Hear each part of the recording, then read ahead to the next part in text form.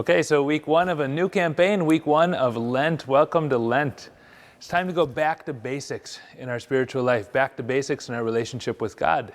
And so as we go back to basics, what we're focusing on this year at St. Peter's is promises of God, the promises of God. We've picked 5 of God's major promises that He makes to us, so we'll go through one each week, right? Last year, the theme for our Lent preaching was restart. And that's a good topic too. So as we start Lent, okay, what am I going to restart in my life? We talk about a lot of things. We talk about the things we give up for Lent. Sometimes we don't think about the things we need to restart in Lent. Things we need to try again at. Things we've maybe given up on ourselves in. And it's a moment where God's inviting us to something new, something better, right? That's kind of what we're going to talk about today. Behind me, I've got the stained glass window here of the conversion of St. Paul. So St. Paul tells this story 3 different times in the Acts of the Apostles, in Acts 9, Acts 22, and Acts 26. And it's the story of how Jesus entered into his life, but in the most powerful way possible. He falls to the ground, we're told. He falls to the ground and sees a blinding light and sees something and hears something that none of the other companions with him see or hear. Traditionally, he falls off a horse. That's what's in our stained glass window here. Acts doesn't talk about that. Probably he wasn't able to afford a horse, but that's speculation. Anyway, Paul was going to Damascus to imprison Christians because he was so passionate about God and God's laws. He didn't believe in Jesus. He believed in everything of the Old Testament and everything of the Jewish religion, but he didn't believe in Jesus. So when that moment comes, it's really powerful, where God knocks him off his horse or knocks him off his feet, whatever the case may be. And the way he tells it, he says, "At midday I saw a light from the sky brighter than the sun shining around me. I heard a voice saying to me, 'Saul, Saul, why are you persecuting me? Why are you persecuting me?' And I asked, 'Who are you, sir?' And the Lord replied, 'I am Jesus whom you are persecuting. And so get up now and stand on your feet.'" Whenever we're offending God and His people, God doesn't want us on the ground laying there just in our sins. It's always the get up, stand on your feet. "I've appeared to you for this purpose, to appoint you as a servant and a witness of what you've seen of me and what you'll be shown. I shall deliver you from this people and from the Gentiles to whom I send you, to open their eyes, that they may turn from darkness to light and from the power of Satan to God." Maybe that's a good theme for next year's Lent preaching, right? Darkness to light. That's what Lent's all about. Did you just hear how many things God just told Saul that he was about to do that would be good for him? God's not ever about just leaving us in sin and leaving us for punishment. And that sort of thing where there's this big turnaround in somebody's life and where God begins to talk to them about the future, it happens all the time in the Old Testament. And we're going to read about that in every single one of the first readings for the next 5 weeks. We're going to read about a moment where God offers something new to His people after almost always a big disaster.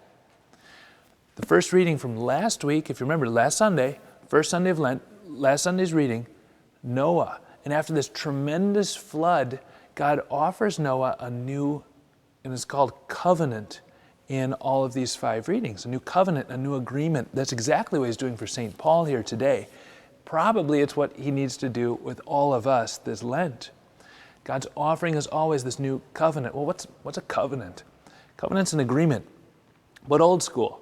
Not the way we do it nowadays, which are contracts, right? We make agreements. We'll even talk about like a marriage contract, right? Well, that's contracts, that's business.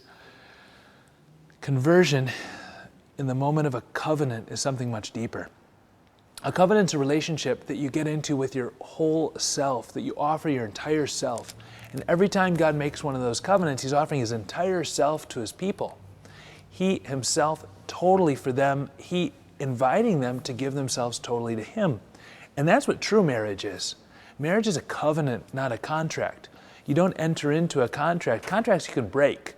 Contracts you can pull out of. Contracts have clauses about what happens when something needs to be redone, needs to be pulled out of. It doesn't exist in marriage. The ring is forever, right? And so in that covenant conversion moment, God is taking us from something okay to something better. Noah gets offered something better, and God makes the promise, I will never destroy the world again through a flood. We're going to hear about Abraham next week, and as we go through, we're going to hear all these major different covenants of the Old Testament. And little by little, every single time, God is offering more to his people. It's no longer just, I won't destroy because of sin the world. He's going to take it up to the next level with Abraham, and all of a sudden Abraham is going to be the father of a whole new future, a whole new nation. And little by little, you'll see where we get. Little by little, the promises are going to get bigger, and God is going to get more into the life of his people all through Lent. And with St. Paul, what St. Paul gets offered is what's perfect. And God, little by little, goes from what's good to what's better, to what's better, to what's better, to what's perfect. Because the covenant we have in Jesus is the perfect covenant, the perfect offering of God. God offers himself, he offers himself forever, and after Jesus, he is not going to offer us any more covenants. The new covenant in Jesus, the one that gets talked about, the new covenant that gets talked about in the Mass, that new covenant that Jesus makes with his body and his blood with us, this new offering of himself, is total, complete, perfect, forever. And that same covenant is going to be the covenant that we'll enjoy even into heaven.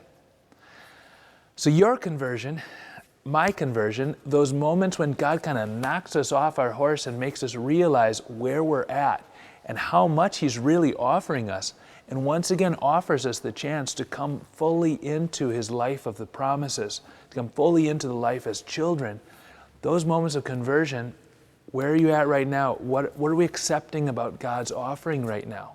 What is God offering us? What is God asking us to convert to him in? And what is he offering us?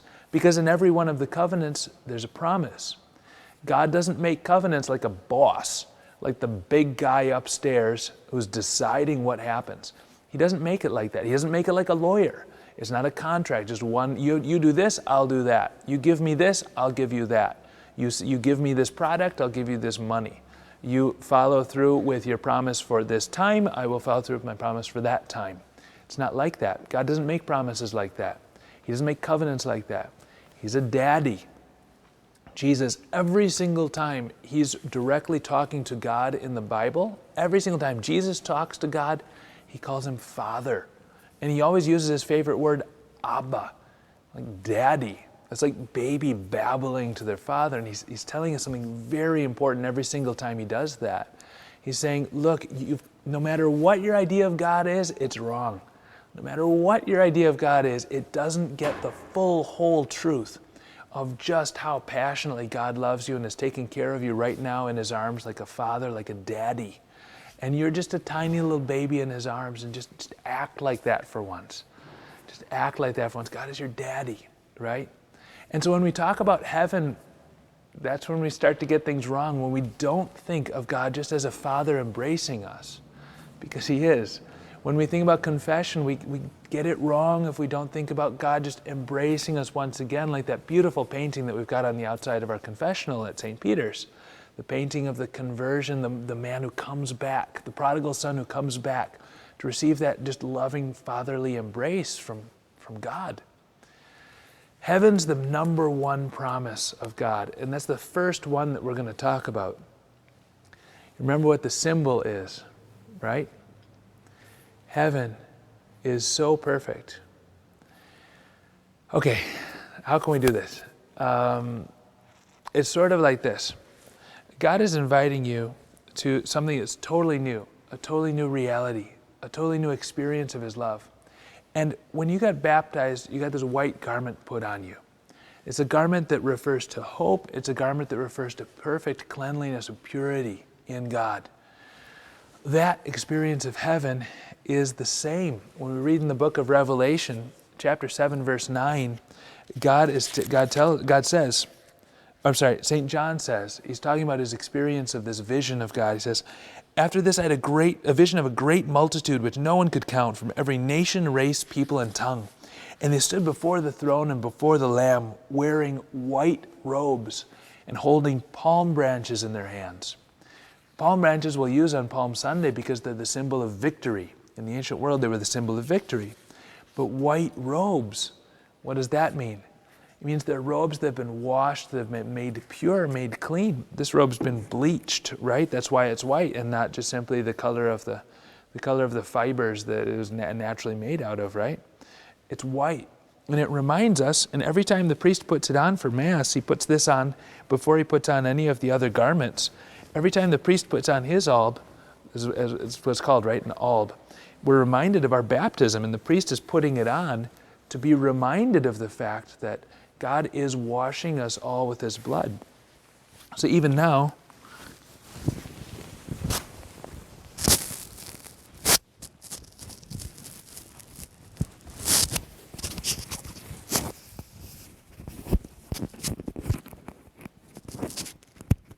just as in any single moment when the priest puts this on before Mass, or when a baby is placed, has this baptismal garment placed on it right before baptism, or any of the candidates who this Easter, at the Easter Vigil, will receive the sacraments, they'll be wearing white robes too. We're being reminded that, well, we're not meant just to be a people who walks around in the muck, in the dirt, problems, sins. We're reminded that we're meant to be a people dressed in white robes of purity and perfection and grace in heaven. Because in heaven, what's the following verse? The people are singing, "Salvation comes from our God who is seated on the throne and from the Lamb." The white robe is of salvation, of having made it to heaven, but not having made it to heaven as if it's some sort of prize or some sort of reward or just some sort of result from having done stuff. That's what St. Paul teaches us. He spends so many of his writings, what's he talking about? He's talking about how he used to try to please God by doing stuff, by all the things that the Pharisees would do. They would be fasting. They would be giving tithes of mint and cumin. They would be taking the Sabbath off and not working at all. Many of the Pharisees got to be famous, and there was a nickname for them of people who bump into things, because they would walk around in the marketplace with their head down, looking directly at the ground and bumping into things as a result, so that they wouldn't ever look at somebody else's wife and be tempted at all in the slightest in their heart to some sort of lust, right? St. Paul was one of them, and he lived among them, and he thought that he could make God happy through what he was doing. And the answer is he realizes, especially with this powerful conversion moment, he realizes that no, Jesus wasn't about that at all. Jesus is about faith, putting our faith totally in him. And from that faith, there will flow works, and we will need to fast in Lent. We will need to give things up, but we'll do it out of love for him and out of faith, and not simply trying to make our works impress God or earn heaven through what we do. That's not God at all. He's not a boss. He's not just trying to make sure that we fulfill stuff and do stuff. God's this daddy offering us this heaven. And so the question, whenever we talk about heaven, is, what are you hoping in? What have we placed our hope in? You, me, Catholics, Christians, what have we placed our hope in? What am I hoping in? Because so often we're buying that new phone hoping it will make us happy. We're getting that new car hoping it will make us happy. We're even marrying somebody hoping they will make us happy. And we're forgetting that that phone, that car, that person, they're not God. They can't make us happy forever. We have this desire in us to be happy forever, and that desire will be fulfilled, but it'll be fulfilled by God in heaven, by that fullness of glory in heaven. We're made for that, and that yearning in our heart is for that, and we try to fill that so often with so many things, so many experiences. We've got our bucket list, the things we can't possibly leave this life without doing, and we forget that it's not about this life at all, not at all, right? So give things up for Lent, that's fine. Sacrifice things for Lent, that's fine. Don't do it trying to impress God and trying to earn heaven. Don't do anything in this life thinking that it will make you totally happy or hoping that it will bring you the full happiness that you desire. A lot of this life is waiting. Well, what are we waiting for? How passionately are we hoping in heaven? How many times today have you thought about heaven? Because all of our Christian life, all of our Catholic life is trying little by little to get closer to God. And as we do, even in this life, we're going to discover what heaven is little by little. The more we get into the things of God, the more we discover Him in prayer, we are going to discover heaven itself. And little by little, more than going somewhere after our death, we're sort of growing into heaven even now, and then that fullness is going to be ours after our death, God willing, right? What are we hoping in? What are we waiting for? Remember, what's the symbol for heaven on our banner? On our banner in here in church, on our banner outside. What's the symbol for heaven? It's a ring, a diamond ring. And that ring is a symbol of promise. In Spanish, the word for covenant and the word for ring are actually the same, alianza, because we're receiving that ring, we're receiving that promise from God, just like at a wedding, the ring represents the promise of the other, saying, I promise to be faithful to you forever in good times and in bad, in sickness and in health. I promise to be good, I promise to be faithful to you no matter what, no matter what. God is promising us that. His promises are always like that. They're totally unbreakable because they're from Him. Our promises are human, they're not perfect. His is perfect. And heaven, the way God sees it, is this mystical marriage, this mystical wedding forever, where God gives Himself totally to us, and we come totally into Him. And so when we talk about heaven, should we talk about clouds? Should we talk about little fat angels with harps and things? Heaven is a ring. Heaven is that beauty of that eternal love, a covenant that's forever unbreakable, unshatterable, because God is that good to His people, and He's that good to us. So as you begin your discussion now, ask yourself a bunch of questions. First of all, okay, where is my life going? Where am I heading? What am I hoping for? What am I waiting for? What kind of conversion do I need right now? What sort of a restart does there need to be in my life this Lent? From darkness to light, where am I going with that? Have I accepted the fact that God is calling me to more? That it's not about just what I do, but about how I love and how deeply I believe and how totally I'm giving myself over to the things of God. Am I content with what's good and afraid of what's perfect? If God were to give me a St. Paul moment right now, and He told me that the way I'm living is okay, but He has something much better for me, would I be afraid of that? Or would I say, oh, yes, give me that, please, I beg you? And then finally, too, are we too afraid of death that we don't realize what God has for us afterwards? Are we looking forward to that moment of encounter with Him? Or are we afraid of Him? And if we are, what do we need to do? How can I get to know Him better? How can I get to realize who God truly is and not be afraid of Him? How can I realize that He's my daddy, my father, who wants to embrace me and not just a boss? Whatever ways we can help each other through that, we'll be doing each other a huge favor, an enormous favor. Because we are Christians and this is our identity. And this is where we're all meant to go. Hope we all see each other there in heaven. That's the only point of what we're talking about. God bless you.